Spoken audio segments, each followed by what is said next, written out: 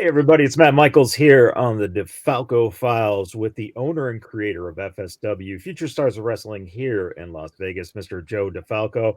Joe, how you doing this fine Wednesday? Tremendous. I see the new graphics, like the little scroll, you know. Yeah, well, everyone now can see the results of the Mecca pay-per-view and catch any information for upcoming shows that you have going on. And yeah, it's a little upgrade for us, I guess. Um, About time, Christ. yeah, we're still living in 2021, so time to time to take that step forward. Let me ask you. We just had Mecca on Friday, which was a very, very good event from top to bottom. Um, and we'll talk a little bit about everything that kind of happened in the matches. But let's start with what time did you find out that both uh, Sam Adonis and also why am I Davey why am I Richards. yeah, Davey Richards. What happened with their travel, and at what point did you find out about that and had to adjust?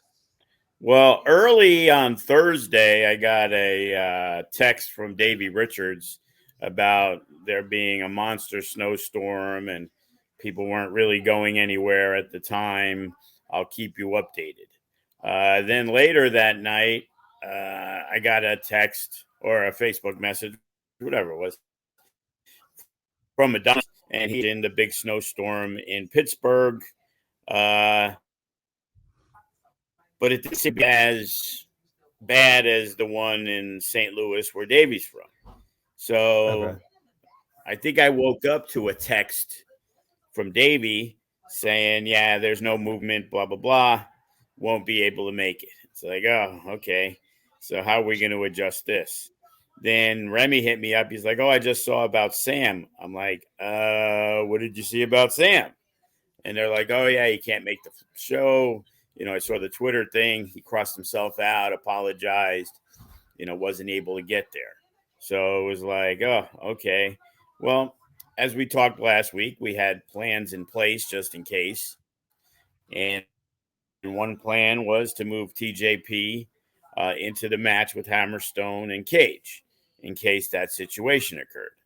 And at that point, we were going to have a three-way tag and now two other three-way matches on an 8-match card. Yeah. So I talked to a couple people, didn't seem to work out, wasn't able to get some people. And I decided after Kenny found out about Sam not being able to be there, he hit me up. He's like, hey, what are you thinking? And I said, well, one thought is just replacing you in TJ's spot and keep it a four-way with Casey Navarro and Damian Drake and Jay Vidal. And Kenny was like, hell yeah, man, that'll be a great match. And it was funny because I saw Kenny at the bar after, oh, man, the old man hanging with the kids. And it turned out to work out, again, both ways. Both matches were really, really good. Kenny's dynamic in the four-way with these, up and coming, guys that are going to fly around, take a lot of risks. And then you have Kenny, who's a little more grounded, the grizzled vet, I guess you could say, in that situation. And again, as much running around as I do, I didn't get to see a lot. But what I saw of the four-way, I thought it was the best match on the show to me. But not good because I only saw bits and pieces, a lot of stuff. Right. And what is it about inserting a piece like Kenny into a match like that with the young guys? Does that maybe boost a little bit of either the confidence or maybe the adrenaline and excitement for guys like Jay Vidal and Damian Drake and and Casey Navarro, who, I mean, this is Casey's second time out here. He wrestled Chris Bay back at the anniversary show. And he looks really, really good mixed in with a Damian Drake and a Jay Vidal. Does Kenny King just bring that to another level? Just being that he's so experienced that if anything, let's say, went wrong or needed to be called on the fly, there's a little comfort there with having him in the mix. Well, the thing with Casey Navarro was when we first used him, which wasn't that long ago, so June, so July, August, September, October, November, December, January. It actually is 8 months ago, so it was a pretty long time ago. And at that point, he made a couple of appearances on AEW Dark by June. Well, fast forward to February. Now he's working the MLW tapings. He worked more of the AEW. And I really was able to notice a far more polished professional wrestler this time around. Like I always talk about how, major league talent. I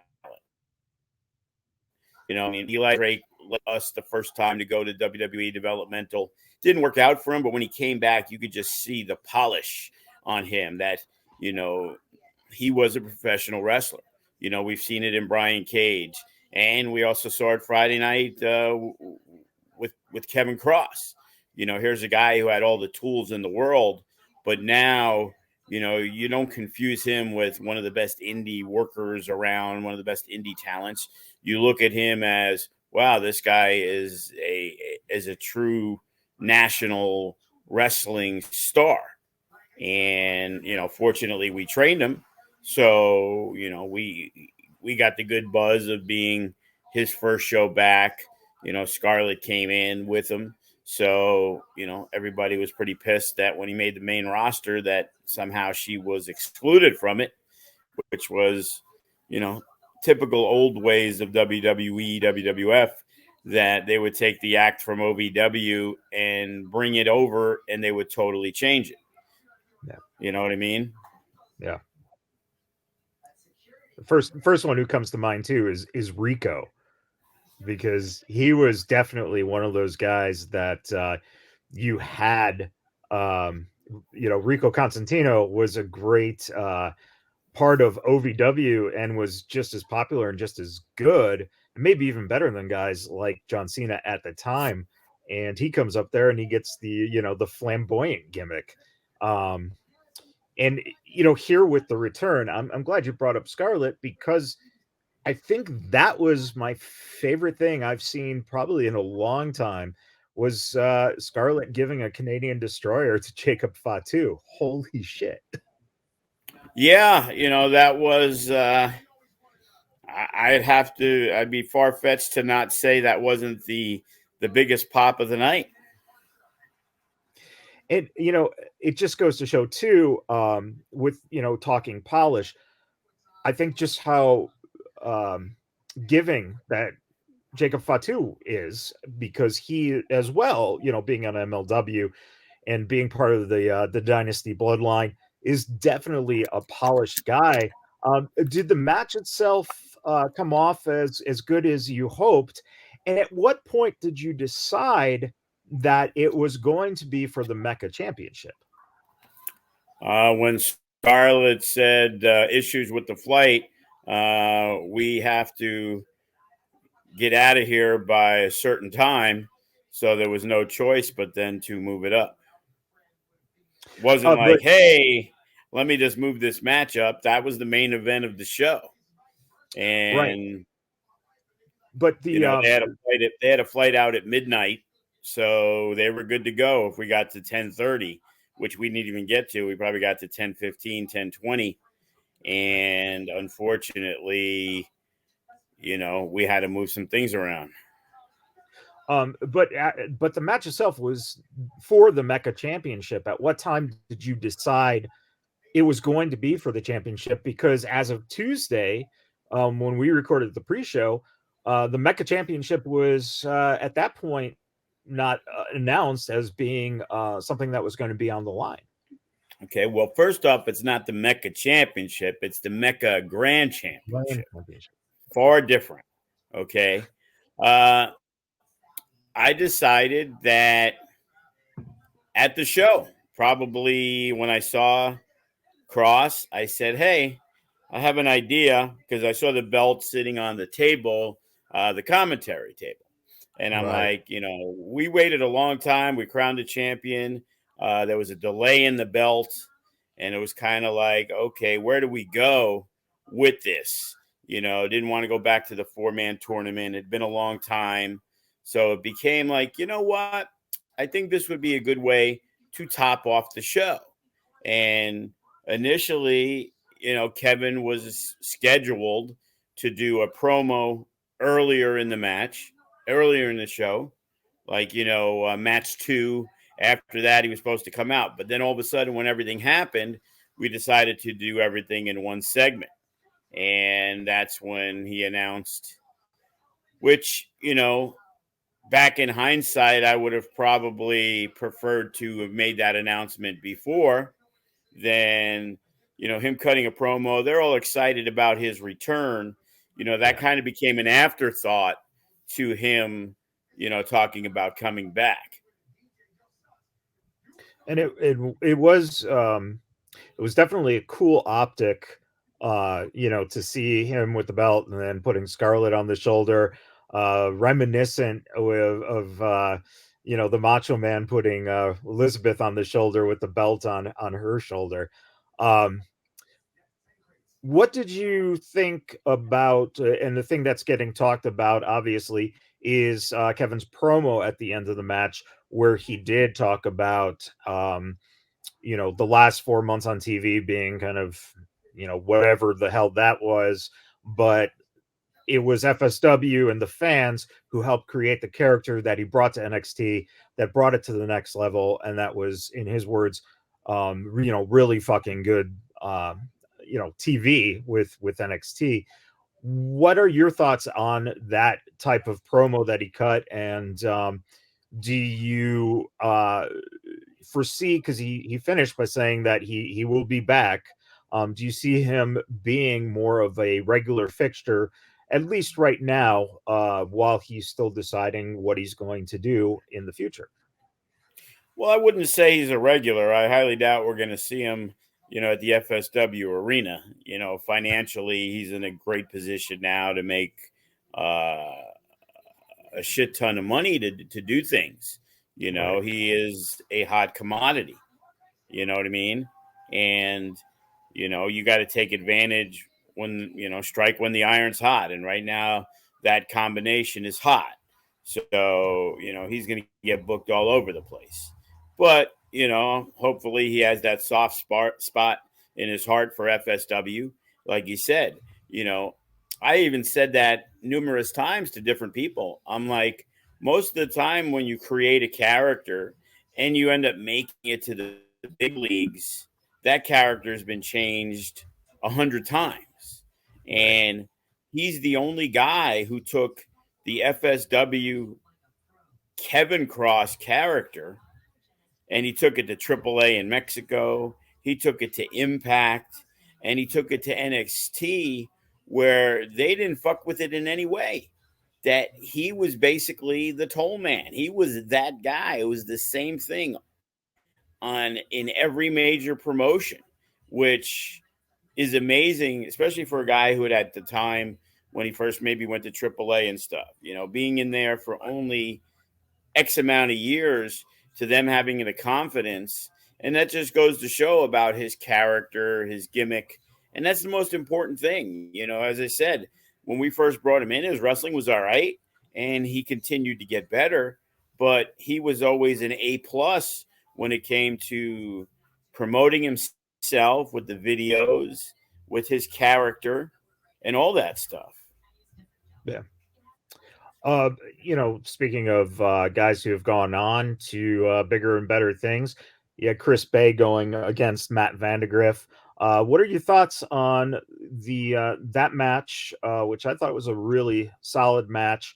Also, what are your thoughts on Matt Vandegrift now becoming a Florida resident and trying to start establishing his name on the East Coast? Well, I'm not fond of it. By him leaving, that means we have one less really, really great guy on the roster who worked all the shows. You know what I Yeah. mean? And, it's disappointing, but he's doing what he feels is best for his career. Going on the East Coast, feels that there's a few more opportunities than he may have here on the West Coast. I disagree, but, he's a young kid and he's looking to get to that next level. And hopefully that gets him there. We talked, he'll be around again. It's just a matter of when. And in terms of how you're talking character with Kevin and bringing it to NXT, what do you think Impact Wrestling has done for Chris Bay in terms of accelerating his progress as a professional? And do you think that the Bullet Club moniker has helped Chris with adding to his character in the ring? Well, Chris Bay could shine on his own, but by being included in that, it takes him to another level for people who weren't that aware of him. You know what I mean? Being placed as, hey, you are the part of the Bullet Club. That is internationally known. Right.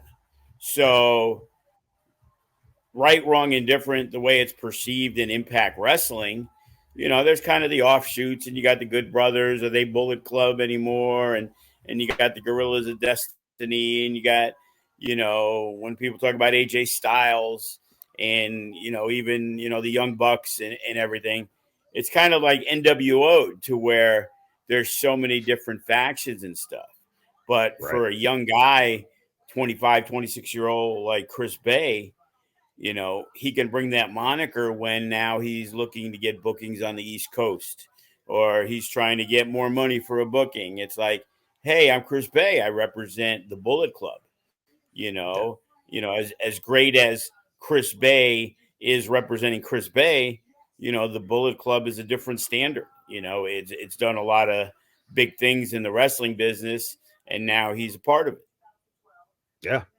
Um, the one match that was very intriguing that turned out to be a very well thought out and planned out match was Funny Bone versus Sandra Moon. Do you think that Sandra did prove that she could go with a guy like Funny Bone? Well, yeah, I thought it was an important match. We were scouring for a women's title defense. The thing is, being the Mecca show, I'm not really just looking for her to wrestle some random girl from the West Coast who isn't perceived at that level.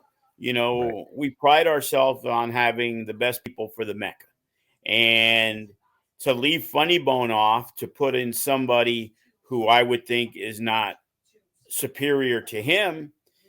And at that point, we were looking at guys like Danhausen and other things to wrestle Funny Bone, and when that didn't work out, I said, you know what I think? I think if we did Funny Bone versus Sandra Moon, people would actually care.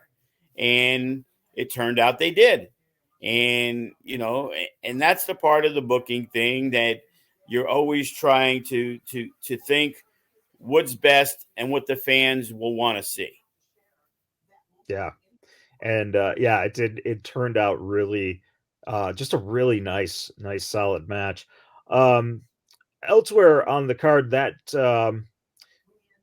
opener with Remy versus Willie, is it kind of cool to see taking two very well loved wrestlers in Vegas, very well known, and putting them together in a match and having that as an opening match? Is that something that you look at as either way the fans win on that one because of the fact that, you know, it's I would guess that that if you went to one person, they'd say they're a Remy fan. If you went to another person, they're a Willie fan. Does that kind of help start the show off with a buzz and an excitement that would generate to keep the fans interested? Well, you always want the opening match to get people excited, enthralled, ready to enjoy a big show.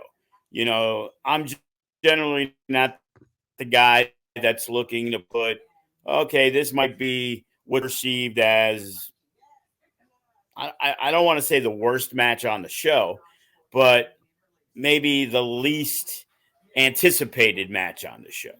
I want there to be a big match to get everybody pumped for the rest of the evening. And being as popular as Remy is, and every time Willie comes back to FSW, the crowd is extremely excited to see Willie Matt. So I felt, with Willie and Remy, we know it's going to be a fast paced match. So the crowd's definitely going to get behind it. So it's like, well, that is to me the best option uh, to do. The 4-way is always another option. I love those, fatal 4-ways, one pin wins, a lot of excitement. But I felt with the popularity of the two guys that would be the best option to where we were going to go. And finally, you had a number one tag team contenders match with Shogun and Hero going over on Sky High and Death Proof. For you, what do you see in terms of how you're building Shogun and Hero, and how do you draw the line? How do you figure out the issue with the tag team titles because of the fact that you have Toa, who's been used by AEW very, very much frequently on the Friday nights on their dark tapings. And unfortunately, Juicy couldn't make the show as well. Um, how is that working for you in terms of trying to plan out who are the number one contenders, and when a match like that might happen, so that if you have to get the belts off of them, you can, to at least grow the tag team title anticipation a little more regularly than having the titles not really being able to be defended.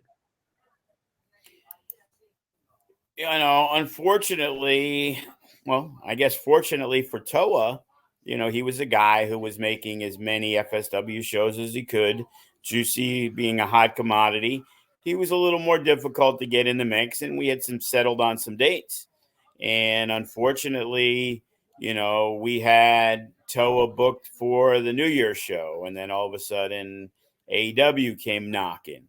Then we actually, on the 14th of January, Juicy wasn't going to make it, so we had set up after what happened at the last big show we did that Toa and Hammerstone were going to wrestle for the heavyweight championship. And then, again, a week beforehand, AEW came knocking. Toa's gotten himself a little bit of an updated schedule, and we're looking to confirm the date, with him and Juicy. And, if we can get more dates, then great. Is it frustrating when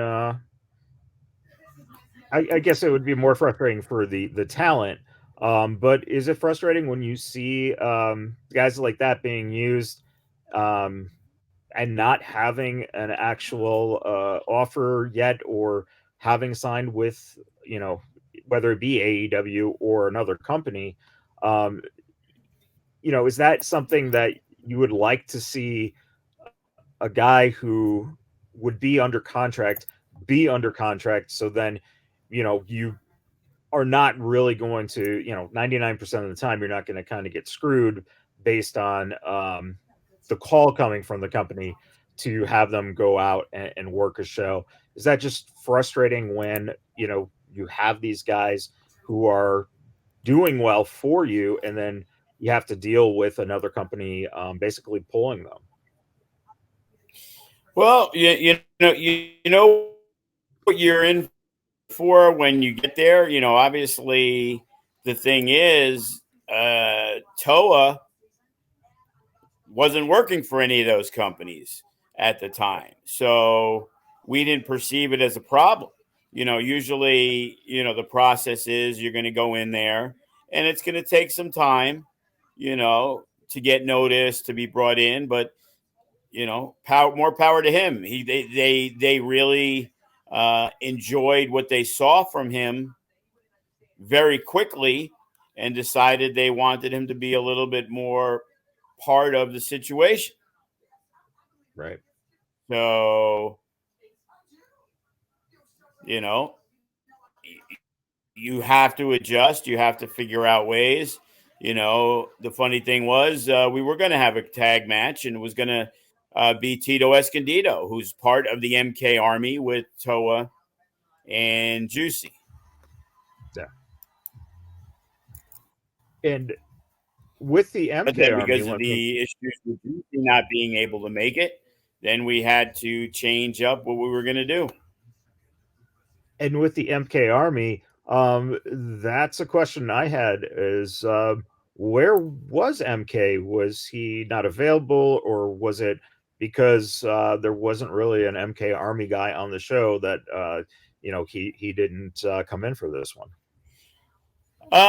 No, he had, we know he, in his other profession, he basically runs an engineering company. And when we were putting everything together, he didn't even realize that, their biggest convention of the year was happening the same weekend. And, Oh, we had talked about it. He had gotten Sam Adonis to come in. So he technically, the MK Army was in effect with Sam Adonis, who right. could have been another addition in there with Juicy. So, as I said, we planned on it until Juicy became unavailable. And after everything was set, and then MK's like, man, I'm an idiot. I just realized blah, blah, blah, blah, blah. So, he'll be back here on the 18th. So, And I think you just made FSW fans laugh out loud because I think a lot of them would agree with you that MK is an idiot. That seems to be there you have it. the, the consensus. He's such a good heel that people just despise him. Uh, talking AEW and seeing her kind of incognito at the show, kind of hanging out. Maserati had a really nice match with Kiera Hogan.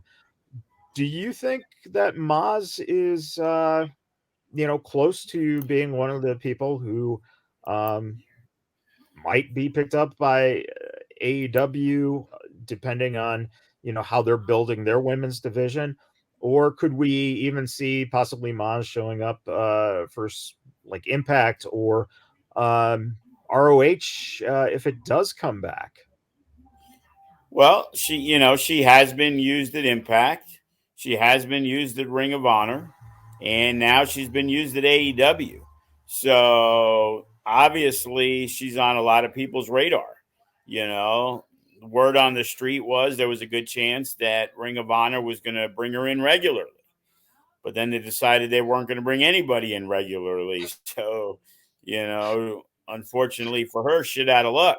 You know, so but she keeps going, no quitting her, you know, and we're just finding the right spot for her. She's ready to wrestle in FSW.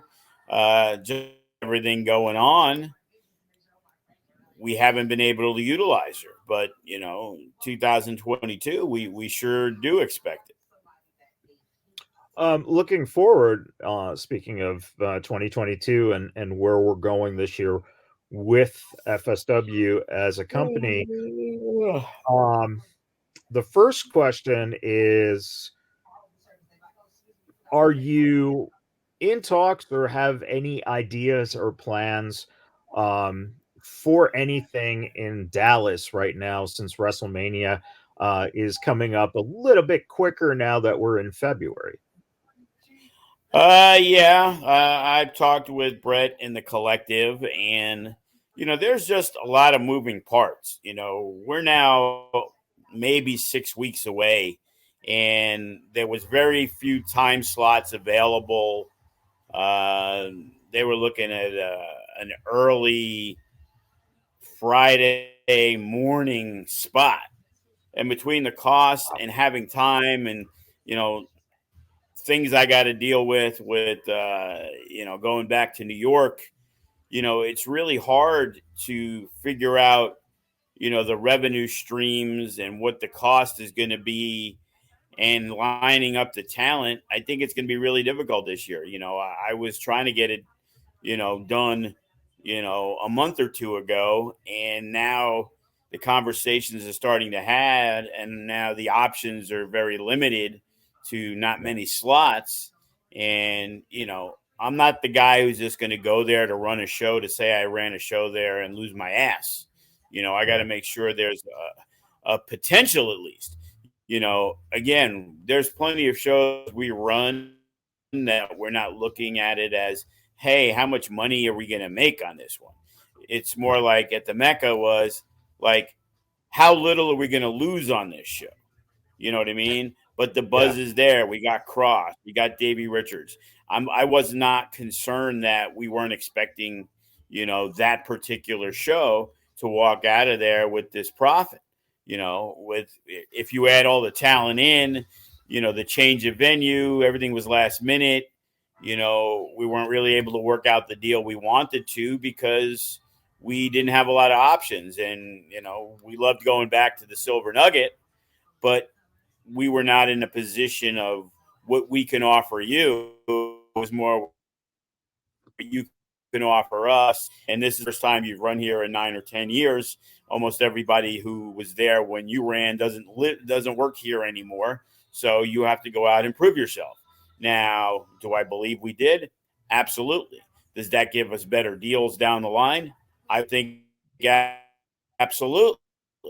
But first time around, you know, in turn, we didn't have to really worry about a drink guarantee. But the bottom line was the cost of the show ended up being way more.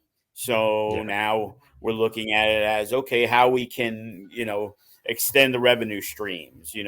Usually we hadn't been using the guardrails. Well, with more time, we could have put together some, hey, do a banner advertisement for something that might be a little less than a normal sponsorship that people would go into, be interested in.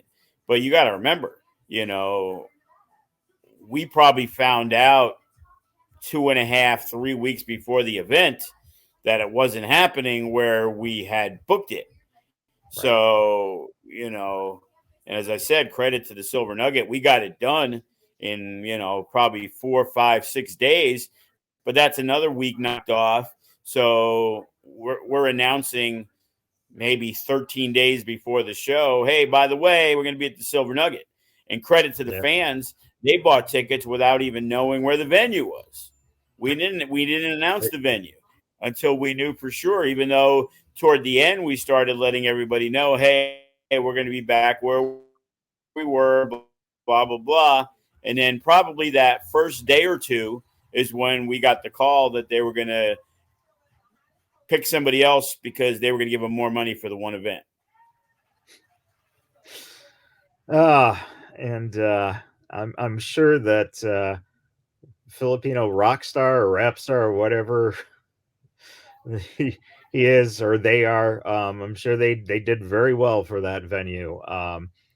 And Well, they he made their probably, money on it. So if there was 10 people there, they probably still got paid by the promoter that was going to give them a lot of money. So whatever. yeah. Um, when you look at your fight TV, being your pay per view hub for the Mecca event, how quickly do you see a turnaround of numbers to know how many pay per views are bought and Oh, we how many know pay per immediately. immediately? And does that Immediately. also is it also show up immediately too for any replay buys? Because right now, if fans missed it, you can still get it on Fight TV for 14.99. And I believe too the network, you're running a promotion where it will be available for subscribers, new subscribers on the network. How is that working? I believe it's anybody who has signed up for a 6 month or a 1 year membership that was paid up front. Okay. Yeah. So that's one way you can also see the Mecca event.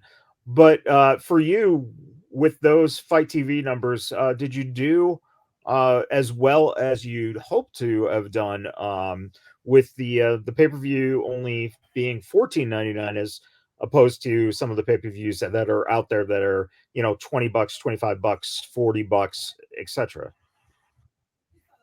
Well, we don't know what anybody else ever sells. We know GCW is the standard in at Fight TV as the top selling, consistent pay per view. The biggest pay per view buys we ever had was our FSW GCW show, which Right. had the buzz of Nick Gage and all those people. And we are literally, less than that away. We're almost exactly at the same for an FSW only event. Sure, we got the return across. There was good buzz, but what more was more exciting to me is it breaks down the buys, and of course, the majority of buys is in the United States. But we literally have 14 different countries that are represented by making purchases for the Mecca. Indonesia, New Zealand. It was like, wow, you know. And you got to credit Fight TV because it's obviously somebody who goes on Fight TV, and they saw, the poster for the event and says, wow, that looks like a really good card. They posted some of the matches. We're going to give this a shot. Yeah. So, hopefully we made a new fan in Indonesia this weekend. And don't underestimate the power of the DeFalco files because we have, followers in places like Indonesia and all around the world as well. So, that's one of the coolest things, not only about, podcasts or, streaming services, but just the way that wrestling fans can now, consume things that it wasn't even thought of, hardly at all back, 15 years ago, let alone 20 years ago or 30 years ago.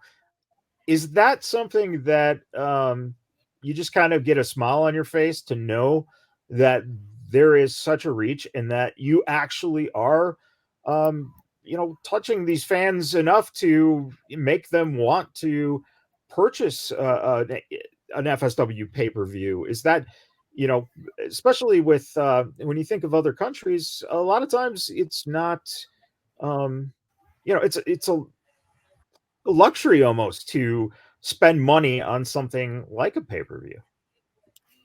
Oh yeah, no, without a doubt. That's part of the reason why we got involved with that. We were always trying to expand our base because I never looked at FSW as a Vegas wrestling company. As I Right. always try to say, we're based in Las Vegas. We use the best talent we can whenever we can.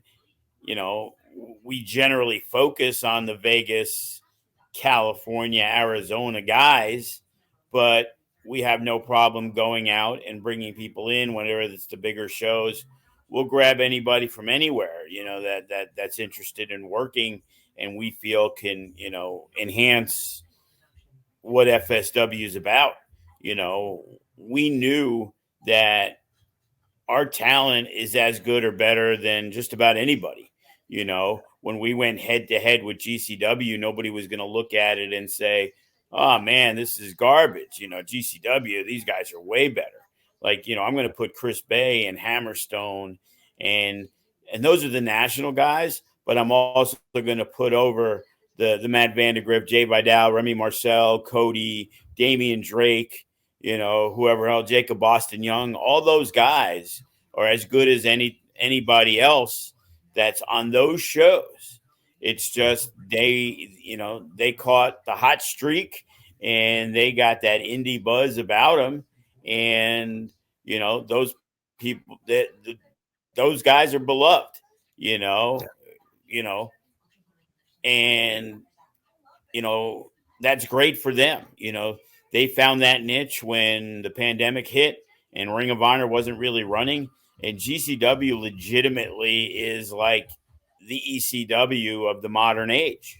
Yeah. And they have those passionate fans that they travel, you know, they go crazy, they buy merch, you know, it's amazing how different that company is than when it was, you know, 4 years ago.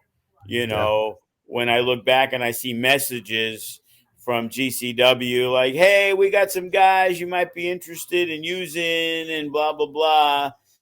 And like, oh, yeah, you know, we'll take a look at it. And, you know, we kept in touch a little bit, but then finally we've had the opportunity to help them out and work with them and stuff. And shout out to Brad Reeder.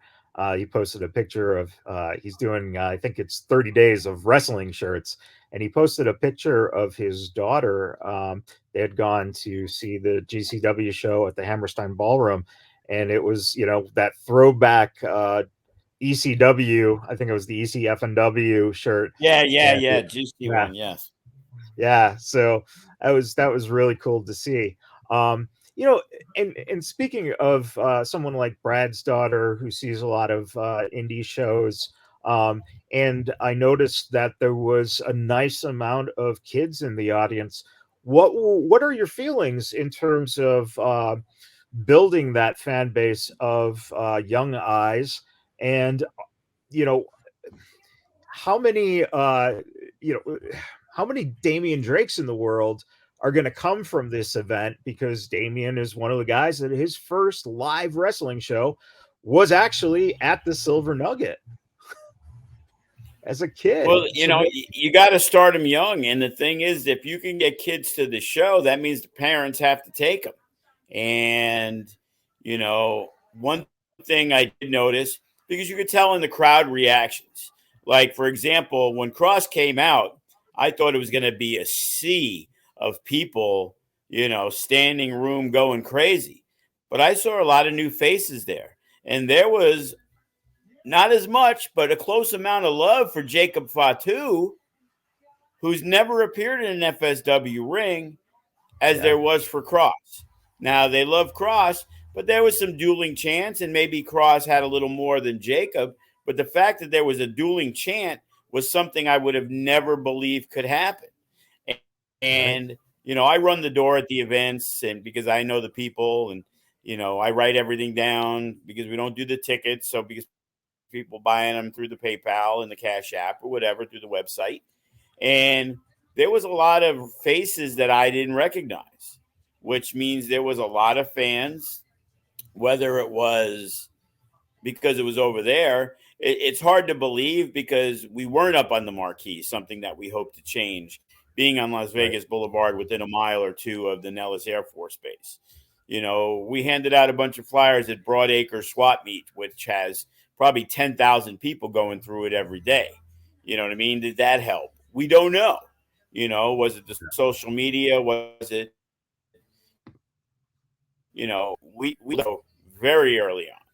You know what I mean? So it's always intriguing to know and finding out the reasons why this show, I would have to say, is the biggest show since the last Mecca, you know, Yeah. as well as we did for the anniversary show, numbers wise.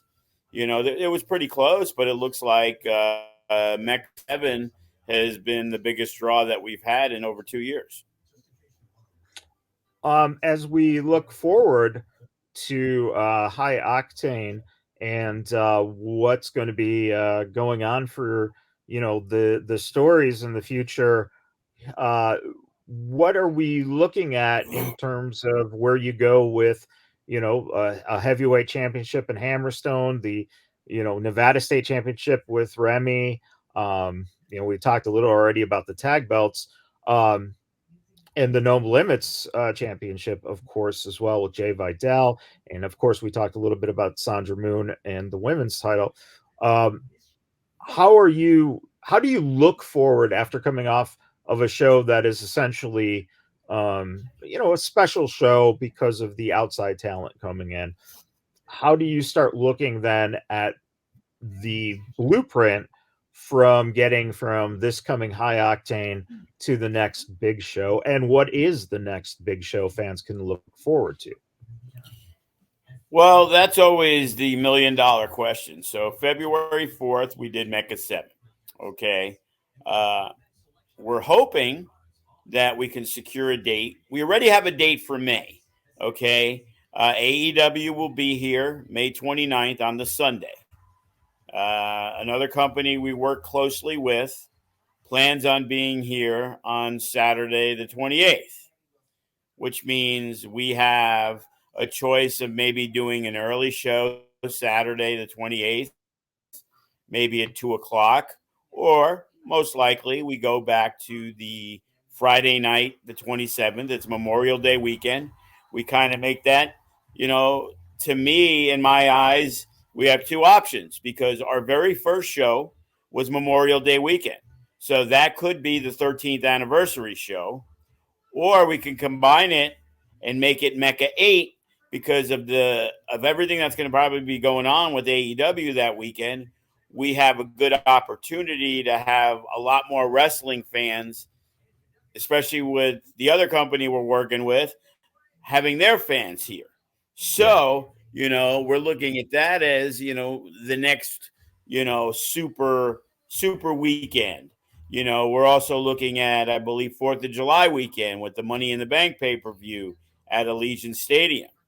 So, we're not sure. Are they running Saturday or are they running Sunday? Initially, they said they were running Saturday. Well, we'd love to run a Sunday show. It's been a while since we've had a big Sunday show. Yeah. So we know that's in May. We know the WWE show's in July. But before then, we're looking at something probably toward the end of March. And then WrestleMania is, the next week. So do we want to run like that? Maybe. But then we're going to look at, maybe it's a tax day big show. I don't know. Everybody getting their tax money back. But, if we're going to run at the end of May, either the last week of March or sometime in April, we're hoping to return to the Silver Nugget. As for High Octane on the February 18th, so it's a week from Friday, we're only 10 days away from that one. We've already got signed to appear the FSW heavyweight champion Hammerstone, the Nevada state champion Remy Marcel, and there's numerous people. Jay Vidal and Damian Drake are going to be representing FSW elsewhere, so they won't be on the show. Still haven't finalized some things. There's going to be some talent that we have used in the past that we're bringing back. Brandon Gatson will be there. Steven Tresario will be there. And there's a rumor the Lights Camera Faction will be making their return. So, it'd be interesting to see where, Ice Williams goes after now, for the first time in a very long time, not having that No Limits championship around his waist. Yeah, and that's exciting to see what the next step is for those guys, being that they are probably one of the most beloved, hated factions in the in maybe all of the world. When you look at that much talent again, and the luxury you have that if guys like Damian Drake and Jay Vidal and then Mac Vandergriff going to Florida, and you kind of see that, spreading out where those guys are starting to get those other bookings. And then you're able to say, well, yeah, they're getting the bookings, but now we can offer spots for Ice Williams and, Hammerstone will be here and Remy's here. Is that just a very, I mean, I know it's hard as a booker because there's so much talent and you're always trying to figure out what's best for what you see as your vision. But in terms of the fans getting constantly some of the best wrestling they can get, does that just make you proud that, between um, people wanting to go to the FSW school and to train at FSW and to see those guys progress to the point where, as other guys fan out, the next batch is coming up, especially guys like Nick Xander, who we saw take on Thomas Day in the dark match, the pre-show match on Mecha 7, and guys like Brett the Threat, and of course the young prodigy Bodie, who you know is not going to be a little kid anymore because he's starting to get to the point where he's going to be a main player pretty soon. And that's the thing. You look at the Wall of Fame and you see, just a year ago, Lacey Ryan was our women's champion. At the anniversary show, Sefa Fatu was in a main program, Yeah, and within 6 months, he is now probably the number 2 guy in NXT. yeah, Behind Braun Breaker. And it's always retooling. It's bringing in new people, and it's like, hey, Eli Everfly, he's been hurt, so hopefully he'll be back in the next month or two. As I said, Brandon Gatson will be there. Wise Guy's going to be there. You know, uh, yeah, Brett the Threat, Bodie, Nick Xander. Some of the tag teams. There's so much talent that it's okay, and I encourage it. Whether it's Hammerstone or I won't say Bay because Bay's not a regular. Bay's with Impact, and he comes in, and helps us out. He's now actually become one of also our trainers. So he's, you got Chris Bay, you got T.J. Perkins, you got D'Lo around, you got Sin Bodie, you got Cody. Jay Vidal is helping out a little bit. Damian Drake's always helped out. You know, it's just a great core. Before that, we had Davari and Allison Danger, who we both lost, to WWE. Kikataro, we got lost to the powers that be that confiscated his passport and sent him back to Japan. So, you know, we're always retooling. Davari leaves, TJ comes in. D'Lo becomes the head of Impact. So we brought in Allison Danger, and right now we have cheerleader Melissa helping out here and there. So it's always trying to give these newer students, who in most cases are pretty ungrateful, but that's beside the point, that they don't understand what they're getting and what's right in front of their face. yeah, And there was numerous teams that are pretty much, you would say, on the main roster that weren't at Mecca, and of course they weren't around to help because they believe that they're better than that. And it's sad when you would see guys, you know like a Cody or a Vandegrift or a Damian Drake. They've been at it a long time, and they still help out when they can. When then you yeah, see a guy who's only been doing it a couple of years and he's had some success, and they're nowhere to be found unless they think there might be an opportunity for them. right. But they don't understand there might be more opportunities for them if I looked around on days that we needed help, that they weren't a part of it, that they were still there. Yeah. Yeah, and that's a very valid point. And I know uh when you talk to Rocky about that, being that Rocky is, the one who's and in this case for the Silver Nugget did a lot of work to get that stage prepared and to, make sure everything was ready for the actual stage and ring and everything in the venue that needed to be in place. Yeah, you kind of breaking up. But I didn't hear most of this question. I know you. I'll go on record and say we were setting up the ring, setting up for the show on Thursday at about 3:30, and I was surprised because we did have a huge turnout for that. Good. So as much as I want to say things, I'll give a lot of credit. Even a guy who is higher up the card, a former champion, Ice Williams and the faction were there. You know what I mean? And the Suavecito Ricky was there, and Sky High was there, and a lot of the younger guys were there. But again, there was other people that were pretty conspicuous by their absence, and I didn't see them at all. But the minute I see them at the school, oh, we on the show on the 18th, and it's like, yeah, we'll see. You know, As we kind of get to the end here and wrap up, this coming Sunday is the big game between the Buccaneers, or not the Buccaneers, the the Bengals and the Rams. Joe, being the aficionado, um, what are you looking at, and who should I place my money on? well, I should be counting my money of the Buffalo Bills versus the Rams in the Super Bowl that I had the money on. And if the Buffalo Bills weren't going to make the Super Bowl, well, at least I knew the Kansas City Chiefs would be there, who I think would be, a great game, the Rams and the Chiefs. But somehow they blew that fucking game. And the Bengals, who Joe Burrow, great quarterback, Chase, great receiver, Mixon, great running back.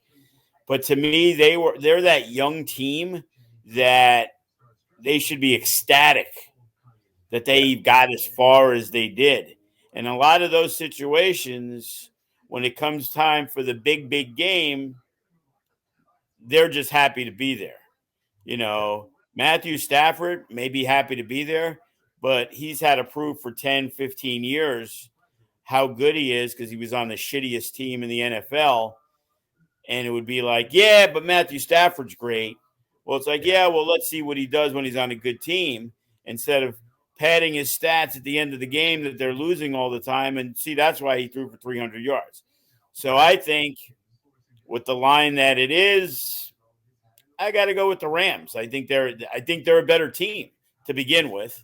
They got better defense. They got better offense. And the other coach, I guess he's a great coach, but it's his first year. Yeah, And, the Rams coach has been there. He got a team to a Super Bowl with fucking Jared Goff, who sucks. yeah. So, you know, I think the one thing the Rams lack is a great running game, but the guys have been playing pretty well. So, my prediction will be, let's see, they got a good kicker, so it can't be all touchdowns. I'm going to go with 27-17 All right, in that favor of the that's Rams. fair. Yeah, that's a fair assessment. Um, I think that one of the things that we might see is I, the momentum of the Bengals winning games they shouldn't have won. That makes me a little nervous that the Rams won't pull it out. That the Bengals just might have that underdog luck on their side. They, But they what's in, may, but a lot of, you can go either way. They got this great momentum. They're destined to win. Or, hey, they've gotten lucky to win the games. yeah, It's finally going to catch up on them, and then they're going to get their ass beat. So, whichever side you want to go to, it's easy to make points in both ways. I just think they're young. I think that, the other team's better. And I think that's the only reason. Cincinnati was in last place last year. Man, I would have wished I would have bet Cincinnati. They were uh, probably 100-1 before the season started. yeah. And the other fascinating thing is this year, if the Rams win, it will be back to back years where the home team was on their home field and won a Super Bowl, which last year was the first time that ever happened. So I think the Rams kind of have that also on their side, being able to play at home. No, they're One, not. They're not at home. Everybody at the Ram game is always rooting for the other team. The Rams have no fan base. There was more fans that were there cheering against them. Go watch the game with the Buccaneers. Go watch the game with Green Bay. Go watch the game with whoever. And you look in the thing, it's the same thing with the Chargers, that anybody else who played them was technically the home team. Like, you could tell. There's a penalty, and all of a sudden the penalty's against the Rams, and the crowd's going nuts. So they're playing in a stadium that they're very familiar with, but Yeah, you know, and again in the Super Bowl there is no home team because I'm pretty sure no fans actually get tickets to the game. So I and heard there's that's got to what be I like was. some lottery. 5 million I, people are trying to get 10,000 tickets. being having been in LA for 20 years, I have a lot of friends who are Rams fans, who've gone to games during the regular season, and when they looked online for tickets, and not resale tickets, just regular tickets, I think it was starting somewhere around 2 grand for tickets. And Well, they're so, all resale tickets. The Super yeah, Bowl sold out before it even exists. right. So yeah, I mean it's something that I think you've got a great point, is that it's a neutral fan base because of the fact that most of the people can't afford tickets from the actual city. Although the Buccaneers had a really nice crowd last year, that it really was kind of the feeling of home field. But you do make a valid point that yeah, it's they're familiar with the stadium, but the fan base, yeah, that I know I'm going to have people who are a little upset at you for calling out the LA fans like that, but the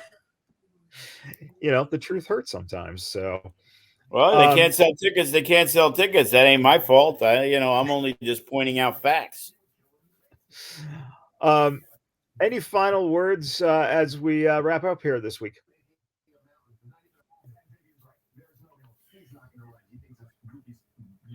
All Oh, right, you broke up again. So I heard you I'm say sorry. any final words, and that was the last I Yeah. heard. Any final words you have this week, man?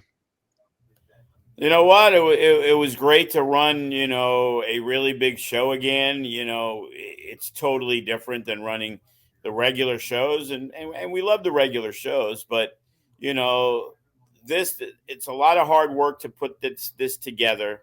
Bringing in some of the big names. I never thought that we'd have travel issues because of weather in Las Vegas, but we made do. The crowd was so strong, the card was so strong that the fact that in reality 3 or 4 people didn't make it because with the issue with Toa and then became Juicy, it also left Tito off the card. There was 5 guys that were scheduled to appear that didn't, and you know we didn't miss a beat. You look at that card from beginning to end, and it was a great card. All our fans, they were happy to be there. They loved it. We got to upgrade a little bit at the Silver Nugget. The restaurant was closed. They did have a taco truck, which was fine, but we want more options for the fans. The fact of the matter is, in technical terms, it was only half full. Well, because it seats like 1,000. You know what I mean? So it's like, well, we, as great as a crowd it was, we still have room to grow in there and still have great seating for everybody. We basically had about 500 people there, and I definitely am not going to complain about that. But, you know, 700, 800, 900. Let's start breaking some records.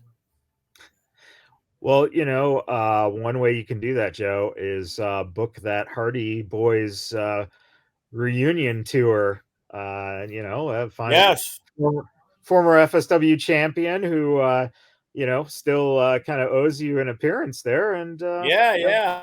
Well, uh, every time he sends a message, I guess there's been an issue with it because I haven't received it. So I'm still waiting for that call back there, Matt. If you're listening, Matt Hardy, give me a call, will you? and remember, everyone, you can purchase the replay on Fight TV for Mecha 7. It's $14.99.